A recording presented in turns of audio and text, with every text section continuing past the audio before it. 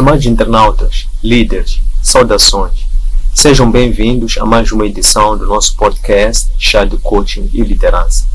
Ambiente este em que os líderes conectam-se, partilham e juntos crescem.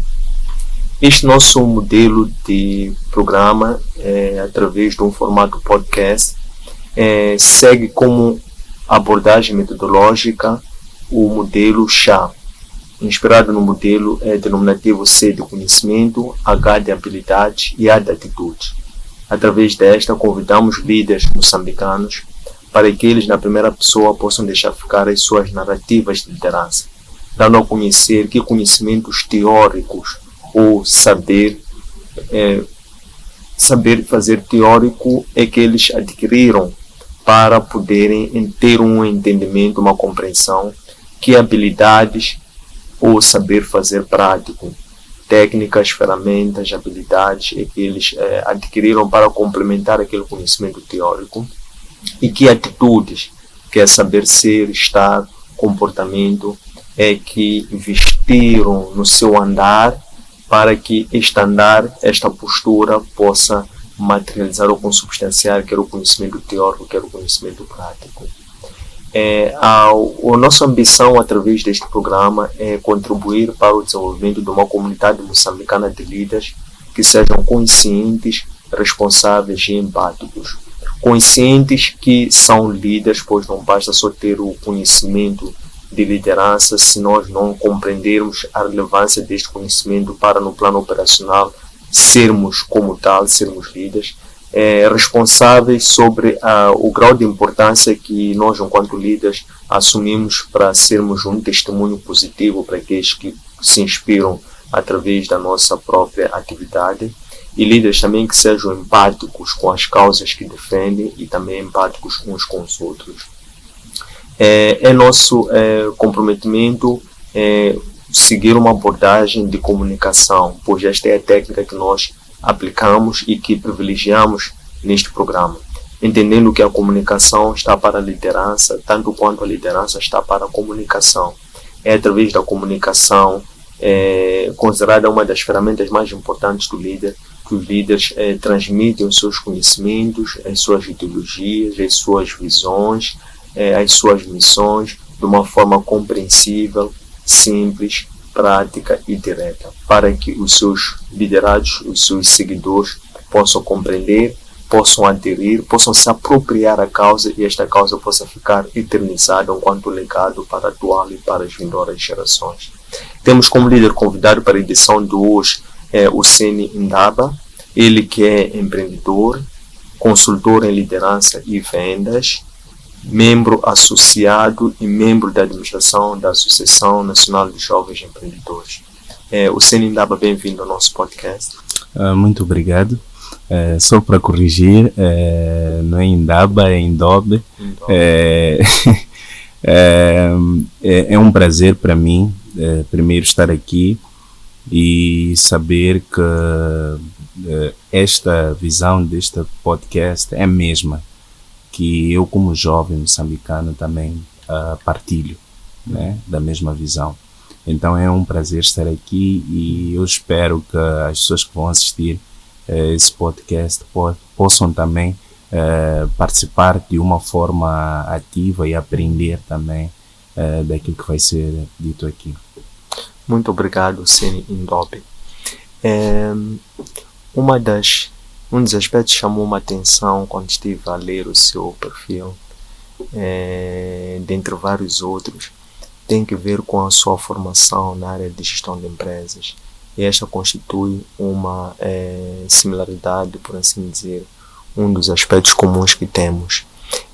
Gostava de compreender, assim, há uma discussão clássica sobre a gestão, se a gestão é uma ciência, se a gestão é uma prática ou se a gestão é ambos.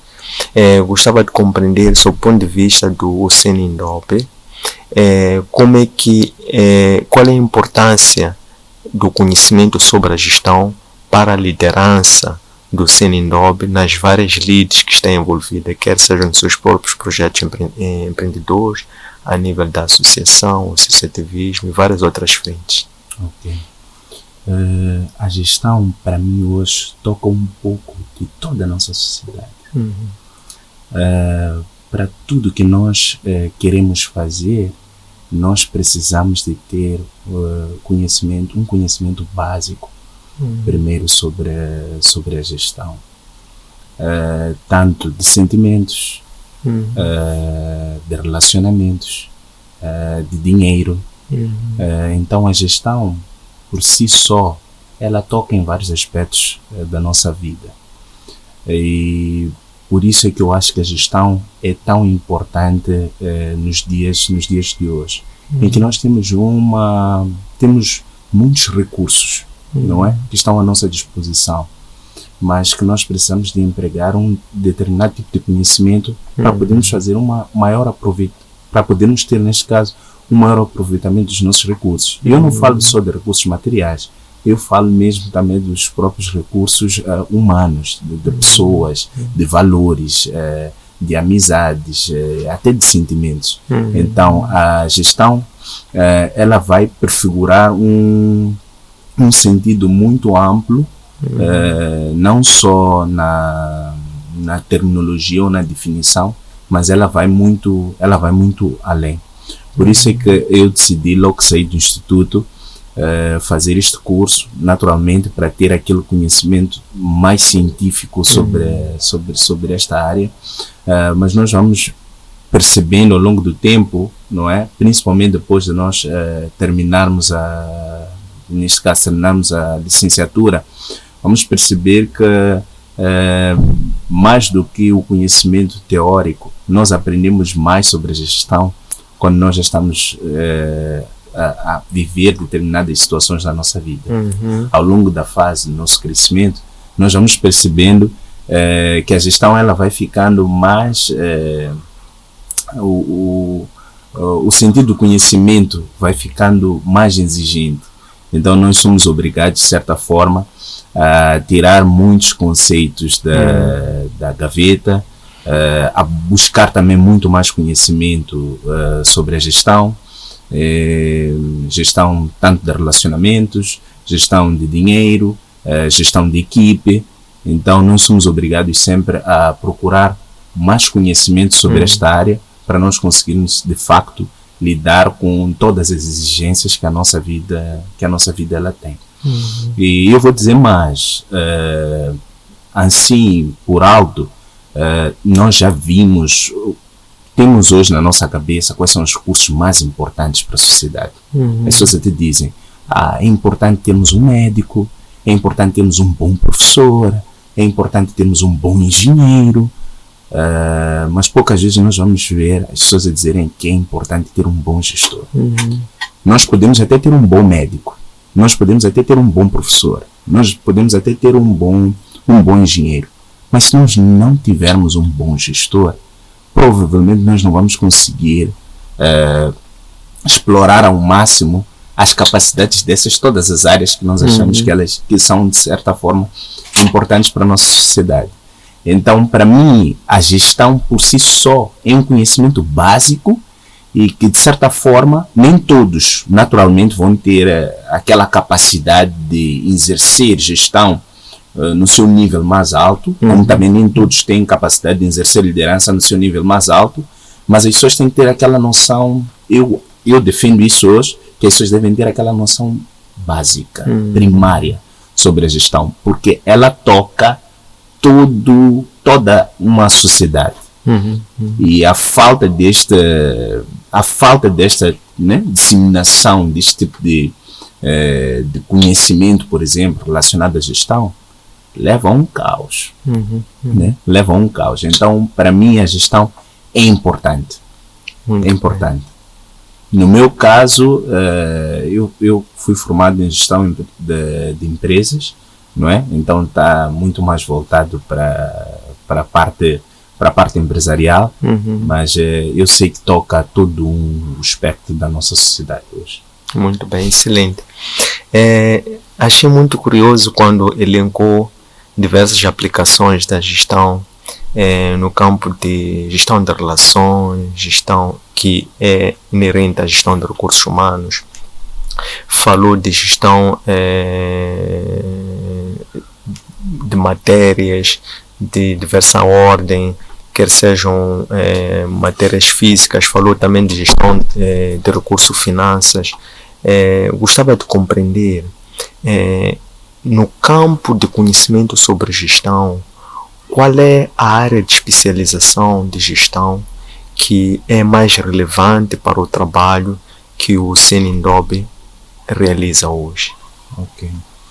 Eu vou falar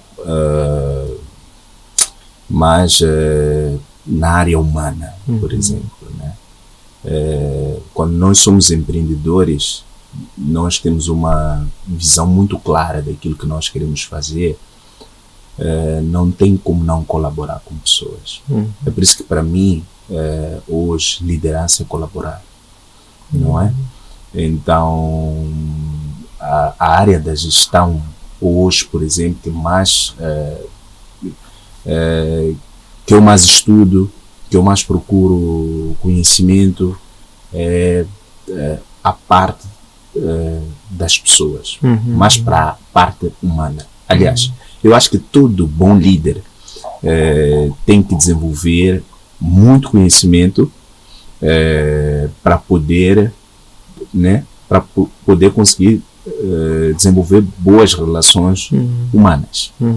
Porque não existe nada que nós vamos fazer se nós não contarmos com pessoas. As pessoas são extremamente importantes para a realização de qualquer visão. Principalmente porque muitas das vezes, mesmo no nosso trabalho, o nosso sonho, ele sempre envolve pessoas. As nossas empresas sempre envolvem pessoas. De que forma? Fora as pessoas que estão ali comigo, que trabalham para realizar aquele objetivo, eu tenho as pessoas que depois vão consumir ou vão usar um determinado produto que a minha empresa fornece. Então, a nível institucional, os meus colegas, os meus fornecedores, os meus clientes, todos eles fazem parte da minha rede, não é? Então, a única forma que eu tenho de maximizar esta rede ou de explorar melhor esta rede é adquirindo mais conhecimento de como eu posso gerir o meu tempo, não é? Para eu poder colaborar com essas pessoas, tornar essas minhas relações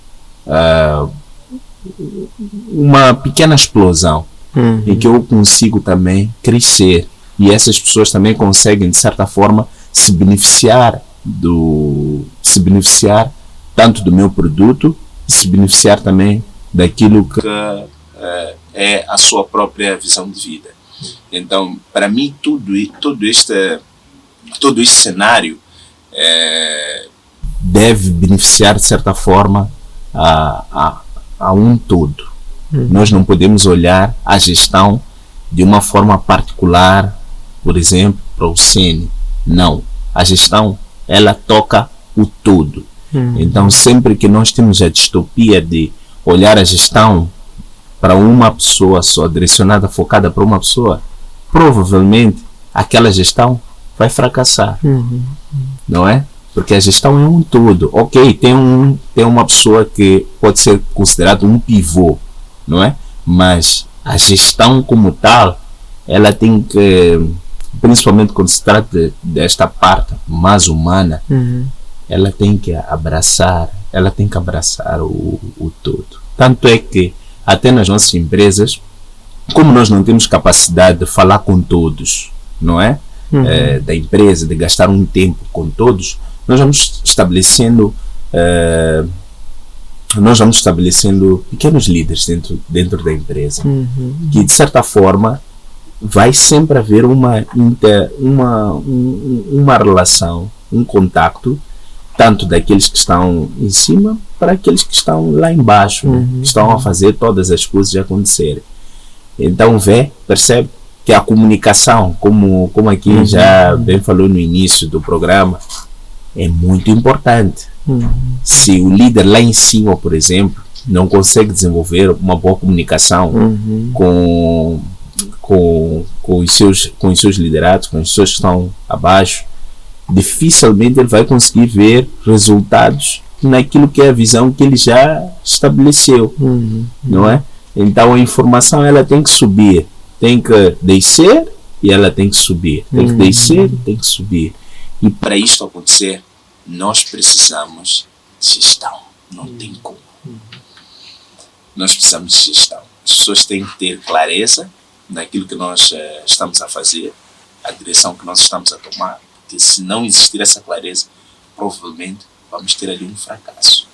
Mas não é um fracasso de uma visão específica, é o fracasso da falta de gestão, do mau aproveitamento dos recursos, porque faltou conhecimento na área da gestão.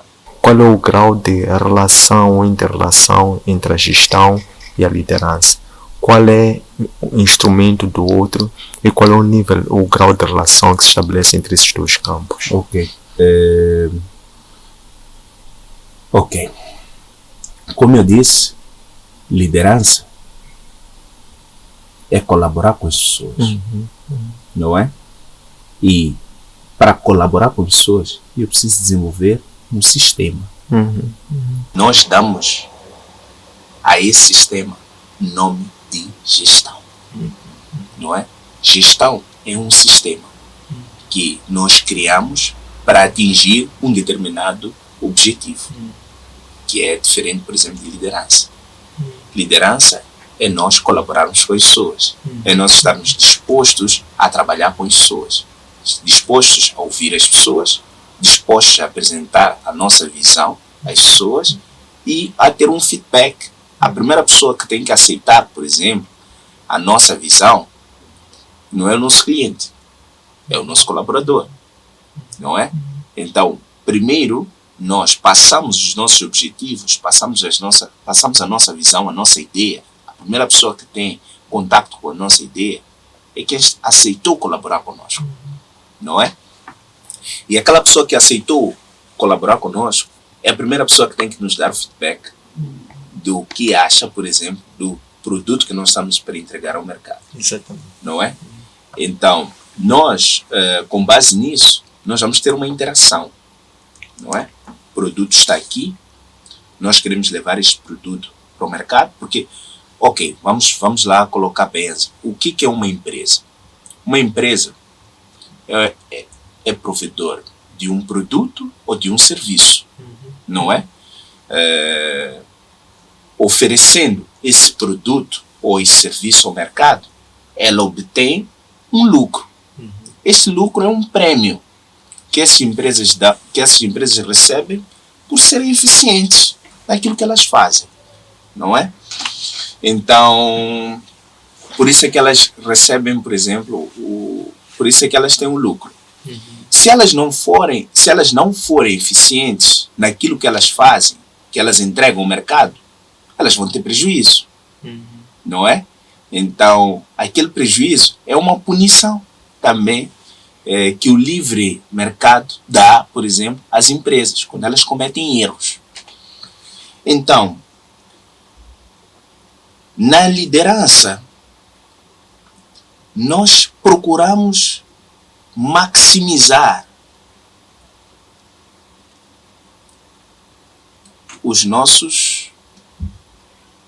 a nossa eficiência na entrega de um determinado produto. Nós vamos estabelecendo um sistema que vai ajudar-nos a ter um determinado resultado. Quando nós vermos que o sistema que nós criamos não está nos a ajudar a ter o resultado que nós queremos, nós vamos mudar o sistema, não é? Não é uma coisa que nós vamos dizer que está aqui e não vai mudar. É definitivo, é estático, exatamente. Sim, está em constante alteração, vai mudar sempre, não é? Mas o que é que não muda? O que é que não muda? As pessoas, aquela necessidade de haver uma colaboração. Hoje, nós já estamos a falar do surgimento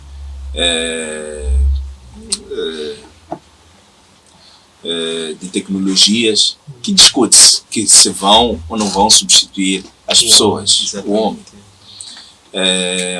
Eu acredito em particular que o que vai mudar não é a necessidade de colaborar com as pessoas, essa necessidade que as empresas elas têm de colaborar com as pessoas. O que vai mudar é a busca por esta maior eficiência na entrega de um produto ou de um serviço. Então, o que nós temos que entender é que a gestão por si só, ela não é estática. Ela nunca vai ser estática. Ela vai mudar com o passar do tempo. O líder precisa de ter visão, precisa de ter clareza para fazer mudanças quando perceber que elas estão a chegar. E muitas das vezes, o líder pode até não ter pode não conseguir perceber, por exemplo, quando o mercado está a mudar. E tem ali alguém logo na base que, por exemplo, percebeu que alguma coisa está a mudar. E se ele não estiver disposto a colaborar com as pessoas, dificilmente ele vai conseguir mudar a página. Dificilmente ele vai conseguir adaptar-se à exigência do mercado naquele momento. E a oportunidade pode passar na sua mão, porque o mercado ele está em constante mudança. Exatamente. Sim. Muito profunda a definição sistêmica que trouxe aqui da gestão para explicar a relação entre a gestão e a liderança. Voltando assim já para um plano muito pessoal, na sua própria liderança, gostávamos de compreender qual é a missão ou até, por assim dizer, qual é o propósito de vida que inspira, que motiva ao líder, o Senindobe, para poder acomodar esse espírito de liderança que depois transmite falou bem primeiro para os seus clientes internos, que são os colaboradores.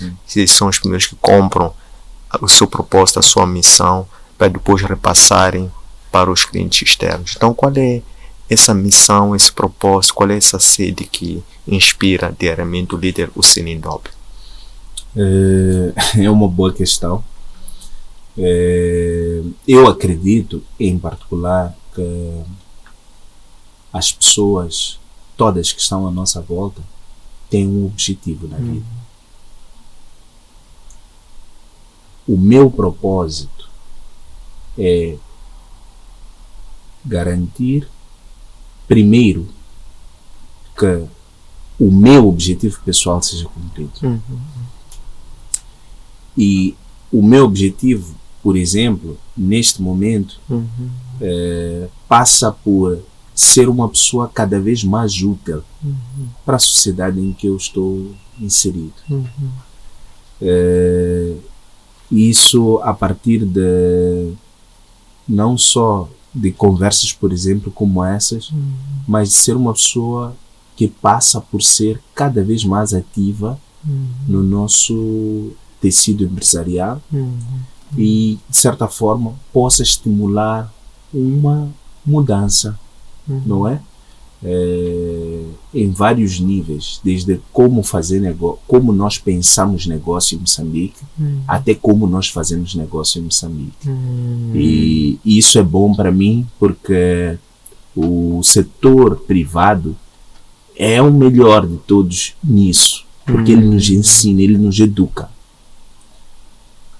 Thomas Sowell diz já que não há melhor coisa do que fazer parte de um ambiente onde nós somos, de certa forma, punidos quando erramos. E o setor privado, neste ambiente em que nós vivemos, das empresas, se nós acertamos, está tudo bem. Se nós erramos, nós vamos ser, de certa forma, sempre punidos. Então, a prerrogativa que nós temos de crescer é muito grande quando fazemos as coisas certas. Então, para mim, passa desde revermos a maneira que nós fazemos negócio em Moçambique, abrir oportunidades para setores mais inovadores e conseguir, de certa forma, fortalecermos ainda mais o nosso tecido empresarial. Muito bem. Então, eu acredito, hoje eu assumo isto como o meu maior propósito de vida. Excelente. E neste propósito estruturante, desafiante, ambicioso, não é mesmo? Qual é o estilo de liderança? Qual é o modelo de liderança que adota para poder materializar esse objetivo de aperfeiçoar o ambiente de negócio através da forma como as pessoas pensam e fazem o negócio? Qual é o estilo de liderança que adota para contribuir para este desiderato que é o seu propósito de vida? Ok. Como eu já disse, eu, particular, gosto de estar ali todos os dias com as pessoas que fazem parte, por exemplo, da minha equipe. Então eu estou mais eu gosto mais de pensar num ambiente colaborativo, em que ideias são sempre valorizadas, sempre são bem-vindas, e mudanças, sempre que existir uma rota para fazermos as coisas que nós estamos a fazer com menos recursos e com uma melhor entrega, o caminho sempre será esse. Então eu aposto mais numa liderança colaborativa, onde todos são chamados a pensar o trabalho de uma maneira diferente e, naturalmente, com isso nós vamos também ter o melhor das pessoas. Porque muitas vezes nós criamos um mito de que o líder ele sabe tudo, não é? Mas nós procuramos contratar as melhores pessoas, por exemplo, na nossa empresa, e damos a eles, e eles por si só encontram já um caminho para fazer o trabalho de uma forma melhor. É por isso que nós apostamos muito em colaborar com as pessoas, permitir que elas por si só consigam, de certa forma, trazer inovação, criatividade para a própria empresa. Muito bem, excelente. Neste modelo, estilo de liderança muito próprio, que é a liderança colaborativa, que está voltada a inspirar, motivar as pessoas a trazerem o que de melhor tem, mais genuíno, original, que é a sua inovação, a sua criatividade. Qual é o papel específico do líder Hussein Ndobe para estimular esse espírito de criatividade, de inovação, de participação? Como é que estimula isso aos seus colaboradores? Ok.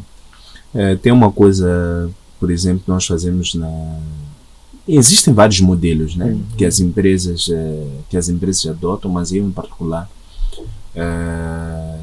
gosto mais do one-on-one. Não é? Então sempre que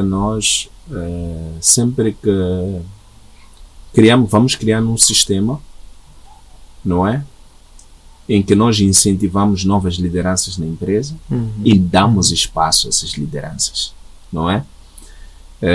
Para elas poderem exercer, de certa forma, ou desempenhar o seu papel dentro da empresa. E com isso, sempre vou criando uma rotina de one-on-one, onde sento sempre com as pessoas que estão em frente, por exemplo, com os líderes que estão em destaque, por exemplo, na empresa, para termos uma certa conversa sobre como o trabalho está a ser realizado, o que está a melhorar no trabalho, o que não está a melhorar no trabalho, e para partilharmos também como é que nós estamos a ver ou a pensar o mercado para os próximos dias. Eu gosto de dias, meses, anos, porque é sempre bom, porque nisso nós acabamos fazendo um alinhamento de ideias. E isso é muito importante dentro das empresas. Então, depois fazemos também algumas formações já com toda a equipe, com toda a minha equipe, onde nós já vamos partilhando aquilo que nós consideramos são pontos críticos que devem ser melhorados. Então é um processo de aprendizado. Isso. É um processo de crescimento para todos que fazem parte. Eu gosto mesmo de estar ali na ponta, Sim, eu fiz estar mesmo na ponta. Muito bem. Então, enquanto um estratega, um empreendedor que carrega a responsabilidade de pensar continuamente na sustentabilidade e na competitividade do seu portfólio de ativos, por assim dizer. Qual é a estratégia que implementa para que haja uma relação de complementaridade e até concorrência, mas concorrência positiva entre os diversos ativos ou empresas que tem no seu portfólio, e como é que gera sinergias entre umas e as outras para criar um portfólio que é cada vez mais robusto. É verdade que há dois teóricos, já há uma abordagem que diz que a melhor estratégia é diversificação para reduzir o risco sistêmico. Há outros teóricos que dizem que a melhor estratégia é concentração, portanto focar-se em 2, 3 ativos principais, depois dar uma atenção focalizada a esses. Qual é a estratégia ou quais são os modelos que emprega para uma gestão sustentável do seu portfólio, gerando essas sinergias, complementaridade, vantagem competitiva? Ok. É sempre bom para mim, por exemplo, eu opero hoje no setor financeiro, então qualquer ideia de negócio que eu tenho hoje em dia é voltada para o setor financeiro. Agora estamos para lançar um aplicativo que vem, na verdade, para melhorar a forma das pessoas, das empresas, neste caso, faturarem os seus clientes, desenvolverem um relacionamento com os seus clientes. Por que eu digo isso? É um aplicativo de cobrança, mas nós sabemos que uma empresa, por exemplo, que tem um volume de vendas muito grande, que já tem mais de 1000 clientes ou 500 e está com uma tendência crescente, mesmo podemos até falar de 50, mas que ao longo do tempo vai adquirindo mais clientes ou vai angariando mais clientes, começa a não ter uma proximidade com aqueles clientes, não é? E começa a ver os clientes como números apenas, não é? Então, o que nós queremos, qual é a proposta que nós estamos a dar? É de permitir que a empresa olhe para aquele cliente e nós vamos cuidar, por exemplo, da questão da faturação. E o aplicativo por si só, ele vai dar uma série de informações, por exemplo, sobre aquele cliente para a empresa. Porque há empresas que perdem muitos negócios porque eles não conhecem os clientes deles, né? Perdem muito negócio mesmo. Há clientes que, quando nós temos, eles por si só, eles abrem-nos espaço, portas para mais 4, 5 negócios relacionados. Mas como nós não estamos ali, não participamos do dia a dia daquele cliente, não estamos ali a ouvir as reclamações que muitas das vezes ele está ali a apresentar, isso a longo prazo faz-nos perder negócio. E quando nós temos 20, nós perdemos um, para nós aquilo não é nada. Só quando já estamos quando perdemos 15 é que começamos a nos preocupar. Mas nós devíamos ter nos preocupado, por exemplo, quando perdemos o primeiro, não é? Então, a nós hoje, por exemplo, nós sabemos que nós temos um nicho de empresas que fatura os clientes, e nós já estamos a trazer uma proposta de solução para essas empresas, por exemplo, com esse software que nós já vamos lançar, acredito, daqui a 2 semanas. Então, todos os nossos negócios, nós vamos pensar nessa perspectiva de melhorar a qualidade de vida das pessoas e trazer um produto, de certa forma, que é competitivo no mercado por ser um produto de grande valor, mas com um custo aquisitivo muito, muito baixo. Então, o cliente, para nós, é o centro. As nossas empresas existem para atender às necessidades das pessoas e garantir-lhes uma melhor condição, né, de vida. É excelente.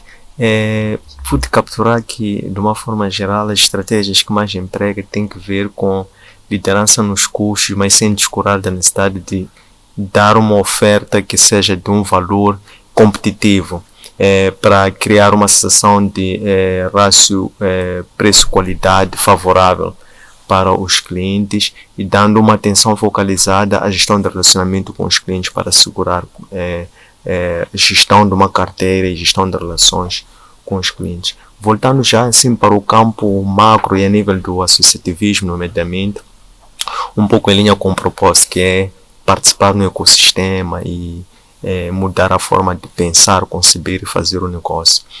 Gostava de perceber quais são os desafios que entende que os jovens empreendedores moçambicanos enfrentam para se tornarem resilientes, mais competitivos e aderirem a uma concorrência cada vez mais saudável a nível interno e também começar a pensar na expansão, internacionalização e melhor aproveitar as oportunidades que começam a surgir relacionado com megaprojetos e possibilidade de prestação de serviços à luz da lei de conteúdo local para sermos fornecedores de megaprojetos. Como é que pensa em termos de desafios? De que forma é que os jovens empreendedores moçambicanos podem fazer essa transição e shift?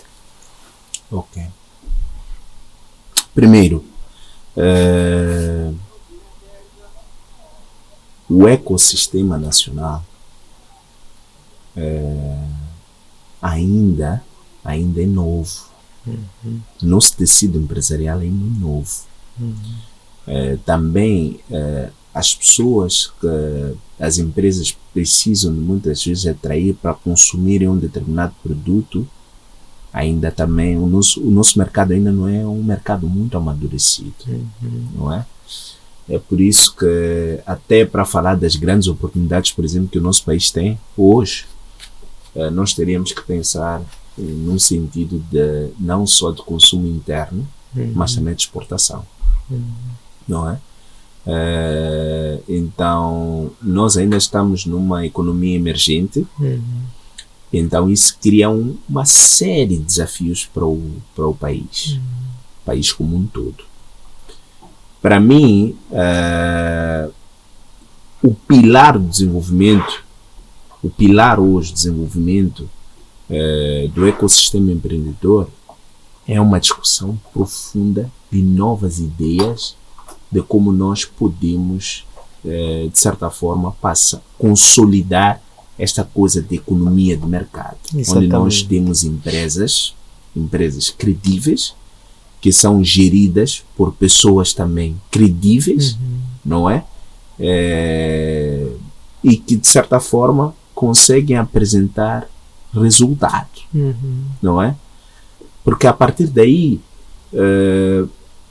como consequência, nós vamos criar um tecido empresarial mais jovem, não é? Que de certa forma vai começar a disputar a atenção dessas empresas, que são empresas que são as maiores empresas e que já estão de certa forma consolidadas. Porque eu acho que as empresas que já estão consolidadas, elas têm um papel muito grande para o desenvolvimento do tecido empresarial, não é? Hoje do nosso país. Mas quando nós já temos situações em que muitas das vezes essas empresas mais consolidadas, elas buscam por serviços, por exemplo, fora do país, contratam, por exemplo, mão de obra estrangeira, nós vamos criar a longo prazo um déficit interno, não é? Porque de certa forma nós não vamos conseguir competir muitas vezes com as empresas que vêm de fora, não é? Que já têm um maior conhecimento do mercado, e mesmo numa situação de colaboração é muito complicado muitas das vezes fazer colaboração, fazer parceria com as empresas. Mas também nós não estamos a dizer que alguém tem que fazer isso, alguém tem que ir atrás dessas oportunidades por nós, porque isto é uma economia de mercado. Quem tiver melhor serviço é quem deve, no final do dia, estar ali na ponta para assinar o contrato. Porque quando nós muitas vezes vamos defender por exemplo, este tipo de ideias de que nós devemos apostar no mercado nacional, nós vamos às vezes defender um serviço que muitas vezes não tem qualidade, não é? E isso também prejudica o nosso mercado interno. Então, passa por nós desenvolvermos a nível interno capacidade, não é?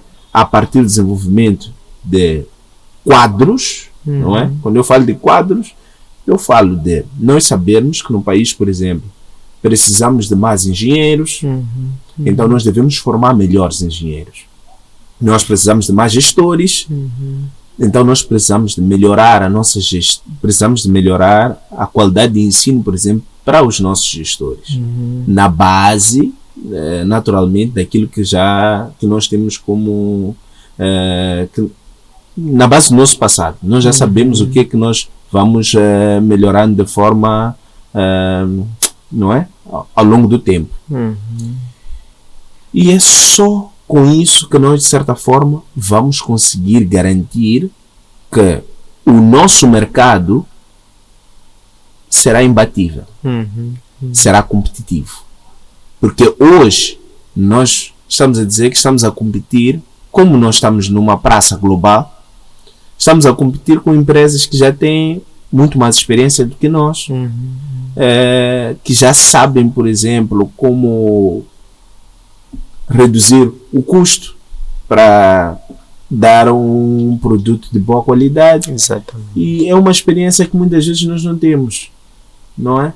Então, passa por nós primeiro formarmos bem, termos empresas grandes que são exemplo de gestão, e essas empresas, sempre que elas puderem, contratarem empresas locais, não é? Essas empresas, por sua vez, locais, ganhando o contrato com essas empresas, vão ter uma nova abordagem no mercado, e é preciso que as empresas grandes também cobrem isso dessas empresas, por exemplo, que ganham grandes concursos. Cobrar uma nova postura de mercado para essas empresas, e por sua vez essas empresas também vão pressionar no mercado. Infelizmente são coisas que não existe fórmula mágica para fazer. É um passo todos os dias. O problema é que nós não queremos dar esse passo de todos os dias, e depois sempre vamos nos perguntar o que é que vamos fazer, o que é que vamos fazer, o que é que vamos fazer. E não entramos às vezes na UGEA, não vemos aqueles, não discutimos ou não conversamos, por exemplo, sobre o método, a avaliação de contratação de algumas empresas. Então, nós não estamos muito socializados não estamos muito socializados com as oportunidades que o país tem. Por isso é que existem, por exemplo, movimentos como a ANGE, que de certa forma permitam que o jovem tenha acesso à informação.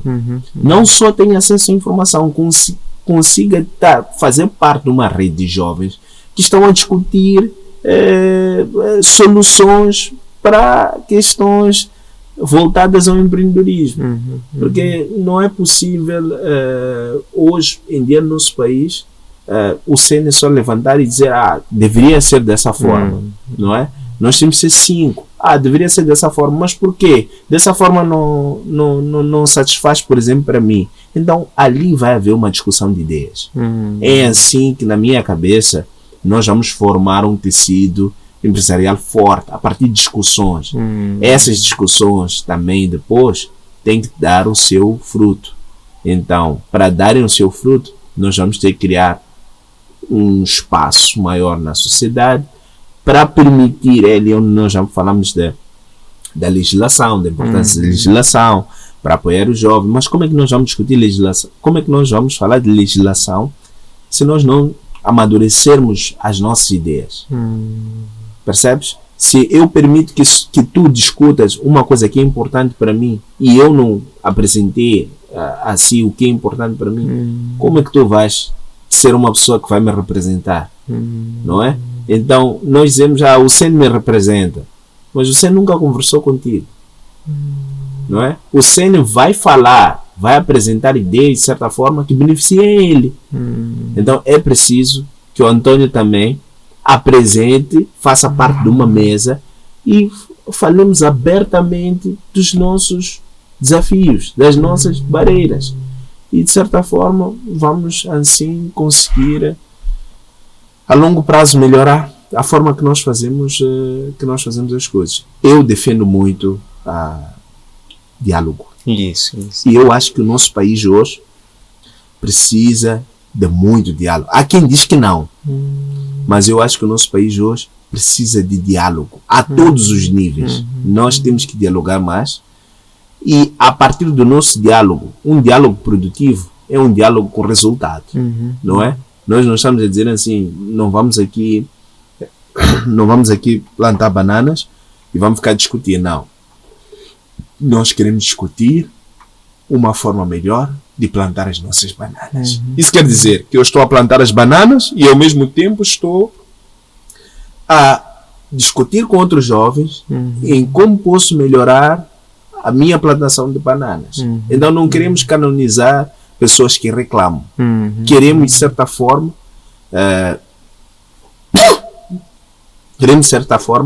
dar um maior espaço às pessoas hoje que produzem, que estão a fazer alguma coisa no país, para que eles façam mais, não é? E eles incentivem os outros também a fazerem melhor. Isso é um processo. Infelizmente, não tem como nós chegarmos ao resultado sem passar pelo processo. Muito bem, excelente. Qual é, por assim dizer, o grau de importância que atribui a experiência que colheu enquanto consultora para a inserção em vários ambientes, para o seu networking, para ir buscar um conhecimento prático e também buscar uma cultura de gestão, uma cultura de trabalho, que foi importante trazê-lo, aquele conhecimento teórico que tinha enquanto um estudante recém-formado, ainda que fosse formado em gestão, com ferramentas para fazer gestão, mas qual foi a importância particular da experiência em consultoria para amadurecer ao líder Hussein Ndobe? Primeiro é que nós temos que aceitar que nós vivemos muitas das vezes aprisionados. Ok? Nós somos reféns de nós mesmos. No jogo da vida, quando nós jogamos na vida, muitas das vezes nós estamos a jogar para ganhar. Nós estamos a jogar para nos defender. Ok?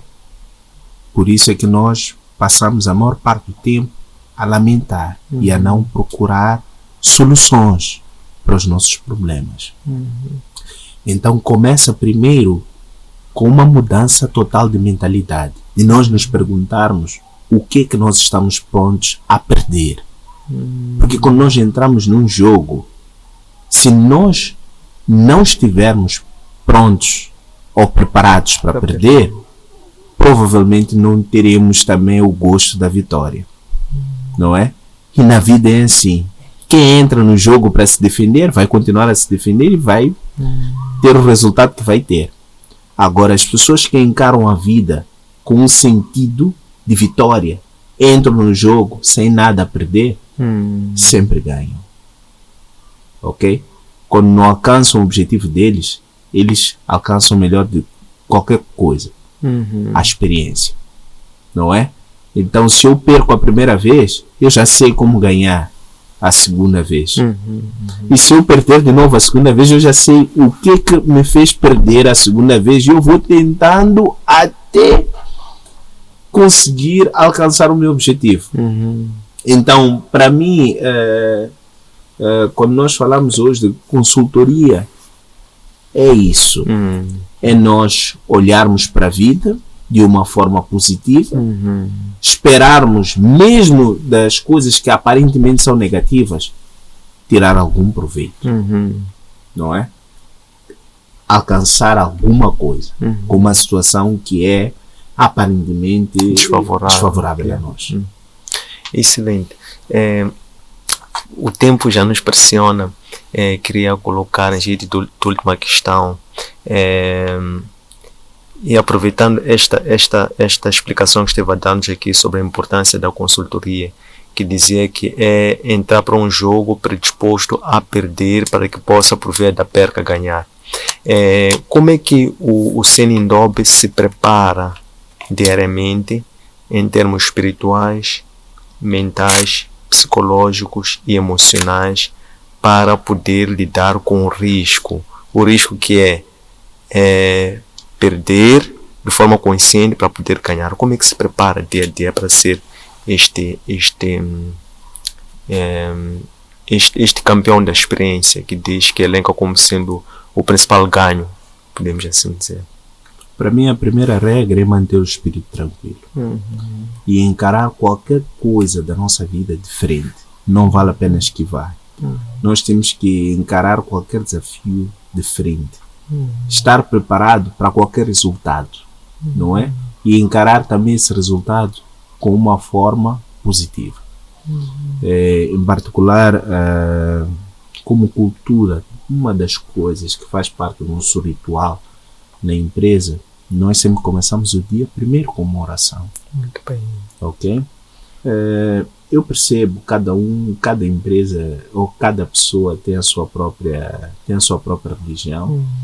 E nós respeitamos a religião de cada um, mas eu em particular entendo que as pessoas, antes de serem corpo, alma, as pessoas são espírito.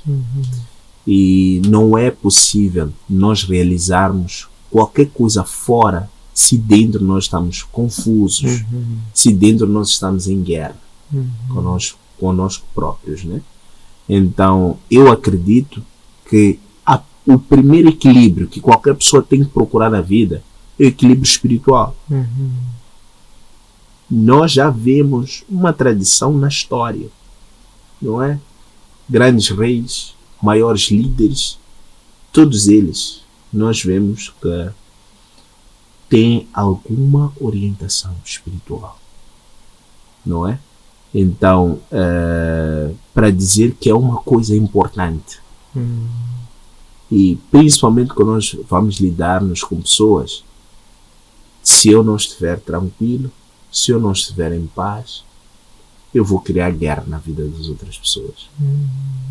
Deixa só dizer uma coisa que eu acho que é interessante. Se nós pararmos para pensar, há muita gente na nossa sociedade que não paga o preço por erros que comete. Ok? Hoje, se eu gerir mal minha empresa vai falir-se ou fechar as portas.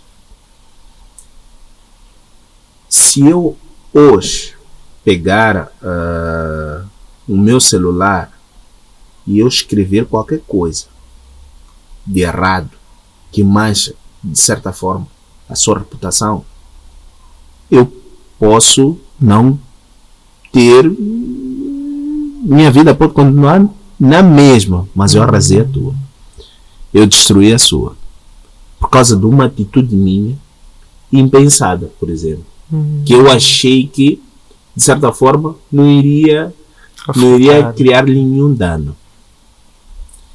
Para mim, as coisas que envolvem, por exemplo, principalmente essa parte espiritual, elas são as mais letais, porque nós não conseguimos ver.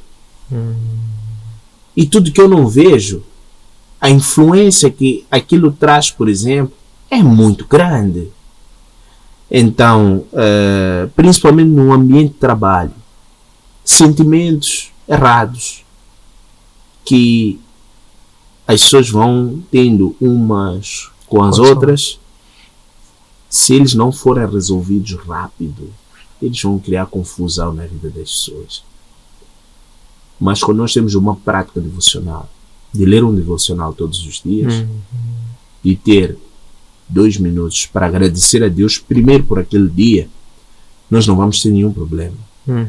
De parar com o Antônio e dizer: Antônio, na verdade, aquilo que fizeste naquele dia, eu não gostei. E o Antônio, por saber que ele não é a pessoa, ele não acordou porque ele queria acordar, ele acordou porque Deus, por exemplo, permitiu que ele acordasse. Ele vai ter a coragem de dizer: eu peço desculpas por isso. Não é? Então eu acredito que essa prática, de certa forma, faz com que as pessoas estejam muito mais conscientes do mundo ao seu redor e elas não se coloquem como um centro do universo. Não é? Isso ajuda-nos a resolver muitos problemas. Isso, excelente, Senindop. Queremos muito agradecer por este tempo que teve de servir-nos o seu chá de liderança. Desejamos assim muita saúde e que o Divino Criador continue a inspirar-lhe para que com muito ânimo leve a bom porto todos os sonhos que ele o inspira e o transmite por via, nomeadamente, do trabalho e da espiritualidade. Estas edições encontram-se postadas em nossos arquivos digitais, designadamente nossa página Facebook, Antônio Centras Oficial, nossa página YouTube, Antônio Centras LDA, e no nosso aplicativo Elo App. Um abraço de luz e até breve.